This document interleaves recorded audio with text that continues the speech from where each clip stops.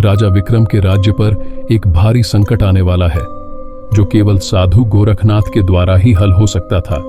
राजा विक्रम ने व्याकुल होकर कहा, साधु जी, कृपया मुझे मार्गदर्शन दीजिए। मैं हर खतरे का सामना करने के लिए तैयार हूं। साधु गोरखनाथ ने एक रहस्यमय मुस्कान के साथ कहा, तुम्हारे सामने 3 द्वार हैं विक्रम।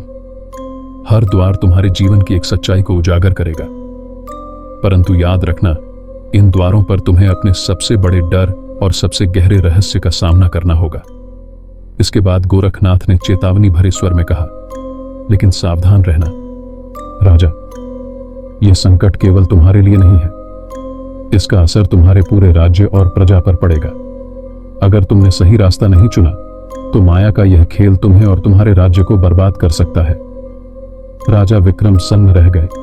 उन्होंने पूछा, महाराज, यह द्वार कहां है और इनको कैसे पार करना है?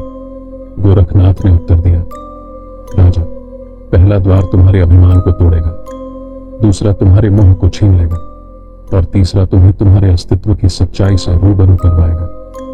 लेकिन यह सब आसान नहीं होगा। अगर तुम इन द्वारों को पार कर सको तो तुम माया के बंधन से मुक्त हो जाओगे।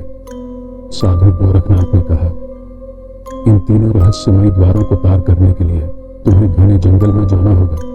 क्या राजा विक्रम तीनों रहस्यमयी द्वारों को पार कर पाएंगे या नहीं? आगे की कहानी के लिए अगला भाग जरूर देखें।